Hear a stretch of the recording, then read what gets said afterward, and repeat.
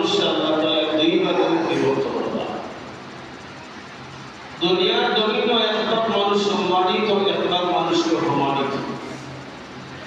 পরকালের জমিনে একদল মানুষ সম্মানিত, একদল মানুষকে অপমানিত হইবা। এই দুনিয়ার জমিনের সম্মানের মধ্যে জাহির এবং বাতিনের দিক কেউ জানে না। দুনিয়ার সম্মানটা দুই ভাবে, আর আখিরাতের সম্মানটা শুধু দেখতে পাবে। আখিরাতে আল্লাহ তাআলা যে সম্মান দিবেন, এই সম্মানের মধ্যে কোনো বেজাল নাই, নির্বেজাল সম্মান, নির্বেজাল ইজ্জত। আল্লাহ তাআলা আখিরাতের মাঠে পরকালে যে গোলাম বান্দে আল্লাহ তাআলা ইজ্জত করবেন, সম্মানিত করবেন, ওদের সম্মানের মধ্যে কোনো বেজাল থাকবে না, নির্বেজাল ভাবে ওরা সম্মানী হিসাবে খুশি করবে। দুনিয়ার সম্মান যেটা, এই সম্মানের মাঝে বেজাল আছে। কোন মানুষকে আমরা বাস্তবে অন্তর থেকে সম্মান করি, ইজ্জত করি, কোন টাকার কারণে নাই, পয়সার কারণে নাই, ক্ষমতার কারণে নাই, শক্তির কারণে নাই, নেতৃত্বের কারণে নাই, এমনিতেই মানুষ সম্মান করে, এইটা নির্বেজাল সম্মান। কিছু মানুষ এমনও আছে যাদেরকে মানুষ দূরে সরে গেলে আর সম্মান করে না, তার ব্যাপারে মানুষ অনেক কষ্টে আছে, সামনে বাইরে সালাম করে, সম্মান করে। হাদিসের ভাষায় ওই ব্যক্তিকে বলা হয়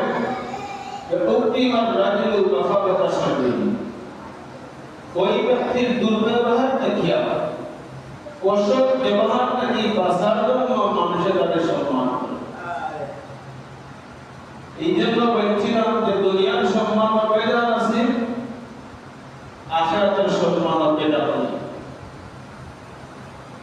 আখিরাতের সম্মান সমান, আল্লাহ তাআলা যারা সম্মান দিবা, রব্বুল আলামিন তারা বাস্তবে সম্মানিত বানাইয়া জান্নাতের ভিতরে ঢুকিয়ে।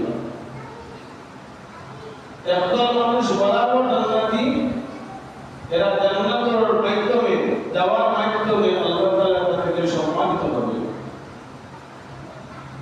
একদল মানুষ অপমানিত, জাহান্নামে দেওয়ার মাধ্যমে আল্লাহ তাআলা তাদেরকে অপমানিত করবে। বলছিলাম যে দুনিয়ার জমিনে মানুষ দুই ভাগে বিভক্ত, আখিরাতের মাটিতে দুই ভাগে বিভক্ত। কিন্তু দুনিয়ার কাপড় মধ্যে ঝামেলা আছে, বেজাল আছে। দুনিয়ার ইজ্জতের মধ্যে, সম্মানের মধ্যে বেজাল আছে। সত্যিকারের সম্মান যদি কেউ আল্লাহর হওয়ার জন্য, আল্লাহর জন্য সম্মানিত করতে চায়, আল্লাহর গোলামি করে, আল্লাহর চিনে, আল্লাহর মহব্বত করে, আল্লাহর ভালোবাসে, তবে প্রকৃত অর্থে ওই ব্যক্তি নির্বেজাল সম্মান।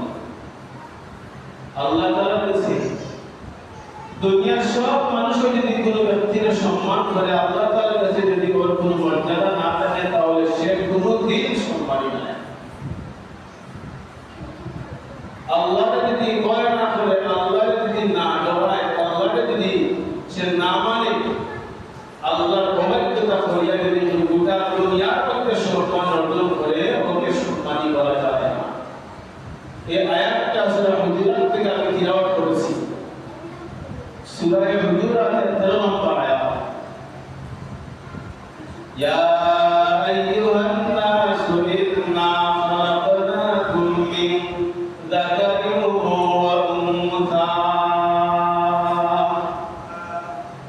আল্লাহ রাব্বুল আলামিন আপনার আমাদের গোটা দুনিয়ার মানুষকে সম্বোধন করে আল্লাহ তাআলা ফরমায়, হে মানব সম্প্রদায়, আমি আল্লাহ রাব্বুল আলামিন তোমাদেরকে একদল পুরুষ এবং একদল নারী থেকে সৃষ্টি করেছি।